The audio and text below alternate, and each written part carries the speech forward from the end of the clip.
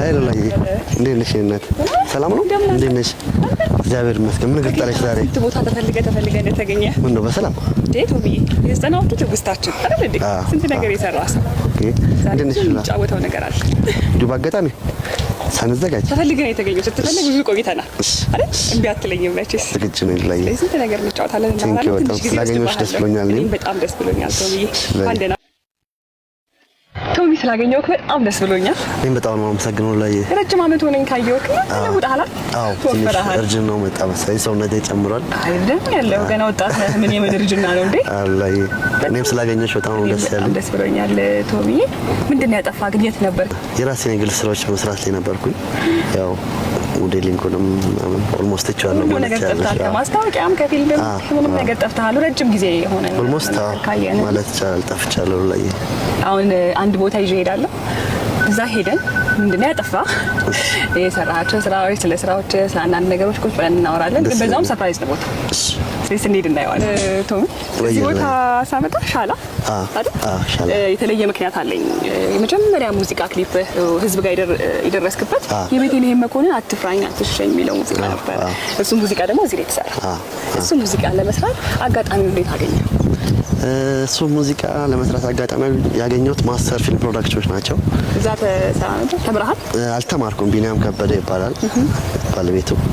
እስኪ ክሊፕ ማሰራው ፈልግ ብሎ ለወንድሜ እንዳጋጣሚ እኔ ለምን ወንድሜን አታሰራውም ብሎ አለው።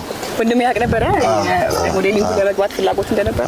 ከዛ እንዳጋጣሚ ቤቲ ሌላ ልጅ ካስታርጋ ነበር መሰለኝ ፎቶን አሳዩት። እኔን ቢሮ አስቀምጬ ይሄ ነው በቃ ትክክለኛ መሆን ያለበት ብላ ያኛው ካስት ቀርቶ እንደገባው ነው ያስታውሳለሁ። የቤተልሔም አትፍራኝ አትሸኝ በሱ አጋጣሚ እኔም ፌመስ ሆንኩኝ ታወቅኩኝ። ነው ከሙዚቃ ቤቲ ኦልሞስት ከሷ እኩል ነው የታወቅኩት። የመጀመሪያ ስራ ላይ እንደዚህ አይነት እውቅና የለም ነበር በሰዓቱ። ብዙ ክሊፖችም አልነበሩም የዘፈን ክሊፖች ብዙ አይሰሩም ነበር። ወደ ኋላ 16 ዓመት ኦልሞስት 16 ዓመት ይሆናል። ከዛ በኋላ እንዴት ተሰራ ስራው ላይ እንዴት ነበረ? ከዛ በኋላ የነበረው ተቀባይነት ምን ይመስል ነበር? እስቲ እሱን አጫ ስራው ላይ የሚገርምሽ ከቤት ጋር ተዋወቅ ነው እዛው ቀረጻው ላይ ነበር። ያው እግዚአብሔር አሪፍ አድርጎ ሰራው ስራውንም ለኔም ለሷም የውቅና በር ከፈተልን። በዚህ ነበር ቤተልሔም ከዛ በኋላ አንድ ተራሰታ ጠፍታ ነበር። ሁለታችሁም እኩል የጠፋችሁት። ቤቴን እንኳን ከዚህ በፊት እኛ ፕሮግራም ላይ አምጥተናት ነበር። አንተን ነበር ያላገኘህ። ስራው ሲሰራ ሀሳቡን ካሜራው ፕሮዳክሽኑ ምን ይመስል ነበር? እንዴት ይመስል ነበር ከጊዜው ጋርስ? በሰዓቱ በጣም የሚገርምሽ ጥሩ ካሜራማኖች ነበሩ። ማስተር አዚዝ ቢኒያም ምራፍ የሚባሉ ልጆች ስቱዲዮ ላይ እኔ በክሬን እንዲህ በስታንድ ነበር ሲቀርጽ የነበረውና ምንም እውቀቱም አልነበረኝም። ከዛ በኋላ ነው ወደ እውቅናው ምናምን የገባሁት። ከዛች ክሊፕ በኋላ ነው እድሜ ለቤተልሔም መኮንን ገብተህ ስትሰራው ስራው እየተሰራ ያለ ምን አይነት ስሜት ነበር? ይሄ ነገር እንደሰራው ነው ወይስ አቆመዋለሁ የሚል ነገር አለና አንዳንድ ሰው አንዴ ይሰራና ይጠፋል ሳያስበው ሲገባ።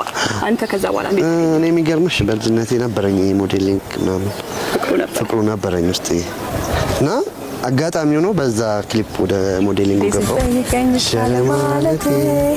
ሻለ ማለት መግደርደሬ ኮነው እንደ ሴትነቴ እጂ እንዳሰማሽ ድምፁን አታስበው። ድምፁን ረስተነው ሌላ በጣም የታወቀበት ሙዚቃ ነበረ አይደል? ቆጨኝ ስለ ተሰራ ቆጨኝን የሰራሁት ከቤተልሔም ቀጥሎ ከአትፍራኝ አትሸኝ ቀጥሎ ዮናስ ብርሃነመዋ እሱ ነው ካስት ያደረገኝና እሱ ነበር የሰራው ሙዚቃ ቪዲዮ ፕሮዳክሽኑ የነሱ ነበርና ከቲጂ ጋርም በዛ አጋጣሚ ነው የተዋወቅነው።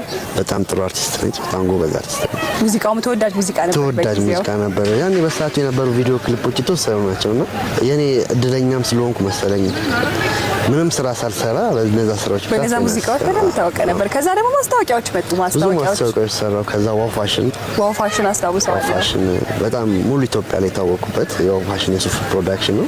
የቢልቦርድም የቲቪ ብዙ ማስታወቂያዎችን እኔ የሰራሁላቸው ዋው ፋሽኖች። ከዋው ፋሽን ደግሞ ቀጠለና ትዝ የሚለኝ ሶፋን ፍሪ ማስታወቂያ ሶፋን ፍሪ ኮስሞስ ሶፋን ፍሪ ማስታወቂያ ላይ ሳኩበት ምክንያት አለ።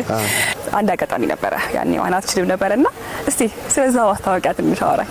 ዋና አትችልም የሚገርምሽ እኔ ሞዴሎች ይዤ ነበር የሄድኩትና ለዛ ቀረጻ ከተደረገው ልጅ ቀርቶ ምናምን ነገር ይመስለኛል የኒውዮርክ ካፌ ባለቤት ኃይሌ ነበር። ለምን ራሱ አይሰራም ብሎ ካስታረገኝ እሱንም የሚገርምሽ ማለት ነው። ለተዋጣለት ማስታወቂያ ሆነ። ቆንጆ ማስታወቂያ ነበር። የሆነውን አጋጣሚ እንድታወራኝ ፈልጌ ነበር ነው እሷን ያነሳኋት። ውሃ በብርጭቆ ነው ደስ የሚለኝ ከዛ ግን ሲሰራ ማስታወቂያው ውሃ ውስጥ ነበር የተሰራውና እንዴት ነበር የተሰራው? በቃ ግባና ወጥተህ እንዲበል ነው የተባልኩት። ብረቱን እንዲያስኩን ተቀረጭ ወጣው ማለት ዋና በጣም ነው ፈራው ያኔ ገብተህ እንዲህ ብለው ወጣ። ከዛ ደግሞ ቶሚ ሉክ የሞዴሊንግ ትምህርት ቤት ያንተ ነበር። ብዙ ልጆች የተማሩበት ከምናስታውሳቸው አርቲስቶች እንደውም እያወራኝ ነበር። ሩታ መንግስታብ፣ ዮናስ፣ ጆሲ ጎረቤታሞቹ ላይ ያለው ጆሲ ብዙ ልጆች የወጡበት ትምህርት ቤት ነበረ። ቶሚ ሉክም ተዘጋ። 90ዎቹ ላይ ግን በደንብ እናይክ ነበር።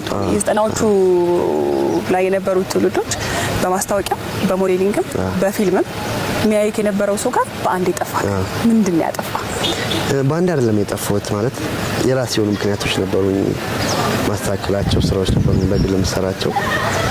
ከ300 በላይ የሞዴሊንግ ተማሪዎች ተምረው ወጥተዋል በትምህርት ቤት ውስጥ።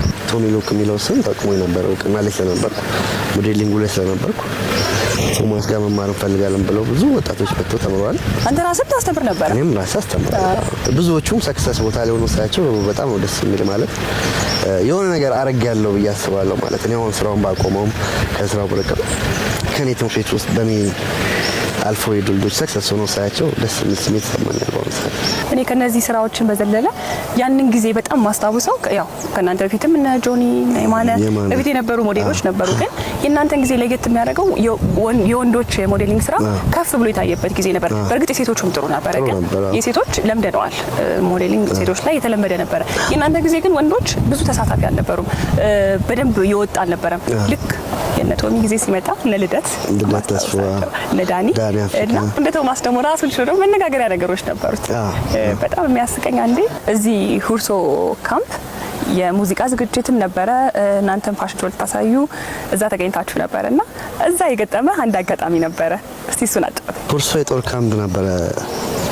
ሰልጣኞችን ትሪት ለማድረግ ሞዴሎች አርቲስቶች ሄደን ነበር እዛ ኮንሰርት እንሰራና ሁርሶ የጦር ካምፕ ውስጥ ነው። በቃ በህይወታችን የመጀመሪያ ትልቅ የሆነ በመንግስት ደረጃ የተዘጋጀ ኮንሰርት ነው። አንፊ አዳራሽ ነው። ሙሉ ወደ 45 ሺህ ማምሰል ሰልጣኝ ነበር ያን ይመስለኛል። እንደዛ ወታደሮች ናቸው፣ ሰልጣኞች ናቸው። ሄደንኛ ኮንሰርቱን ጨርሰን ምናምን ትርኢታችንን ጨርሰን ምናምን ከጨረስን በኋላ ሁሉም የሄዱት ነልደት ነጽዮታ ይፈርማሉ። ፈርማን ከጨረስን በኋላ ዙር ስል አውቶቡሱን ይዞት ሄደ ሹፌራችን፣ ረዳቱ ይፈርማል አብሮ ከኛ ጋር እና በቃ የታቅነው ሳቅ በዛ ሰዓት በቃ ማይረሳ ሁሌ ማረሳው ሜሞሪ እሱ ነው። እኔ እሱ ላይ ደግሞ እንድታወራልኝ የፈለኩት አንተ ባሱ ላይ እንድትቀመጥ ያስደረገ ምን ነበር? የሰው አድናቆት ነው? መሄጃ መቀመጫ ሳጡት ምን ነበረ? ምን እንደሆነ አላውቅም፣ ግን ባሱ ላይ ተገኝቻለሁ። ያው ምን ላረግ እንደወጣው ላስታውስ አልችልም። በሰዓቱ ግን ማይረሳ ጊዜ ነበር ያሳለፍነው በዛ ሰዓት። ቶማስ ከዛ በዘለለ በጣም ተወዳጅ ነበርክ አይደለ? ከሙዚቀኞችም ፊልም ከሰሩ ሰዎችም አንዳንድ ቦታዎች ላይ ስትሄድ መንገድ ላይ ሁሉ ማለት ያቀተ ነበር። እኔ እንኳን አስታውሰዋለሁ ያንን ጊዜና እስቲ እንዴት ታስታውሳለህ አንተ ያንን ዘመን ያንን ሰዓት? መሄድ ማትችልበት መንቀሳቀስ ማትችልበት ጊዜ ነበረ ያ ጊዜ ማለት ለኔ እውቅናን ያየሁበት እውቅና ምን መሆኑን ያወቅኩበትና በልጅነቴ ነው ወደ ሚዲያው የመጣሁት። ህዝቡም ጥሩ አቀባበል ተቀብሎኛል ብዬ ማሰብ ይችላል። በሰዓቱ ስራውም አሪፍ ስራ ነበር። በሰዓቱ ከነበሩ ስራዎች ውስጥ የሰራኋቸው ስራዎች በጣም ቆንጆ ስራዎች ነበሩ። እግዚአብሔርም ተጨምሮባቸው የህይወቴ ምዕራፍ የጀመረው በእነዛ ክሊፖች ነው ማለት ይችላል። ከሚዲያው ላይ የተዋወቅኩበት ብዙ ሰው አወቀኝ፣ ብዙ ሰው የሚያስታውስ አሁንም እነዛ 90ዎቹ ዘመን 90ዎቹ አሁን 90ስ በጣም ልዩ ጊዜ ነበረ። ብዙ ሰው ይላል አሁንም እና የሚገርምሽ ሀገር ውስጥ ብቻ አይደለም ላይ ከውጭ ሁሉ እኔን ለማግኘት የእውነት ነው ማውራሽ ማለት ላጋነን ወይ ላካብድ አንፈልግ አይደለም። እውነታው ነው። በዛ ሰዓት የነበረው እውነታ ከውጭ ሀገር ሁሉ ይደወልልኛል አድናቂዎችን ማለት እዛም ቪዲዮ ላይ በመታየቴ ብቻ ፌመስ ሆኛለሁ። እግዚአብሔርም ረድቶኝ ነው እድለኛ ነኝ ብዬ አስባለሁና ደስ የሚል ጊዜ ነው ያሳለፍኩት። ያ ዘመን ጥሩ ዘመን ነበር። ደስ የሚል ጊዜ ነበር። ሶሻል ሚዲያ አልነበረም። ብዙ ቴሌቪዥን ነበር የሚያየው። የመጽሔቶች ነበር ቅዳሜ የሚወጡ ቃል ኪዳን ምናምን የሚባሉ መጽሔቶች። እዛ ላይ ኢንተርቪው ትደረጋለች፣ ፎቶሽ ይለጠፋል። በቃ ያ ላንቺ ክብር ነው። በቃ አሁን ስቲል ነው ያስቀመጥኳቸው ማስታወሻዎች አሉኝ።